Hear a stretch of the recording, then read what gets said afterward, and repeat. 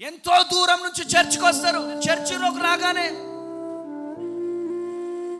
నిద్రపోతారు. వీళ్ళు నిద్రపోవడానికి ఆ చర్చికి వచ్చేది సిగ్గుండాల. నిద్రపోవడానికి దేవుని మందిరానికి వచ్చేది దేనికి?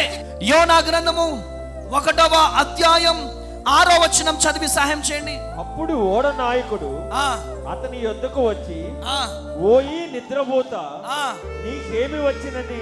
లేచి నీ దేవుని ప్రార్థింపుము, మనము చావకుండా ఆ దేవుడు మన యందు కనికరించునేమో అనెను. చూడండి, వారు చావు బ్రతుకులలో ఉన్నారు. అక్కడ నిద్రపోతున్నారు ఎవరమ్మా? యోనా. అక్కడ ప్రజలందరూ ఏమైపోతున్నారు? అక్కడ చనిపోబోతున్నారు. నిద్రపోతే మన బ్రతుకులు మారవు.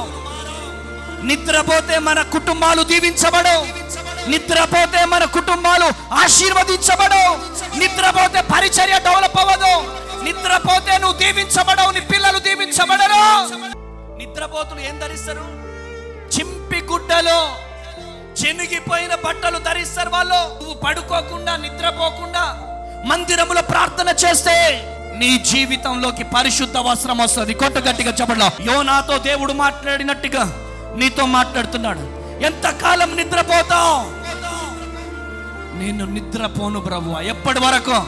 నీ పిల్లలు ఉద్యోగాలు సాధించే వరకు. ఆమెనండి. నీ కుమార్తె వివాహం అయ్యే వరకు, నీకు నార్మల్ రిపోర్ట్ వచ్చే వరకు. నీ విశ్వాస పరిమాణాన్ని బట్టి నువ్వు ఎంతైతే విశ్వసిస్తావో, ఎంతైతే గోజాడతావో, ఎంతైతే కన్నీరు గారుస్తావో, దానికి 1000 రెట్లుగా నా దేవుడు దీవిస్తాడు.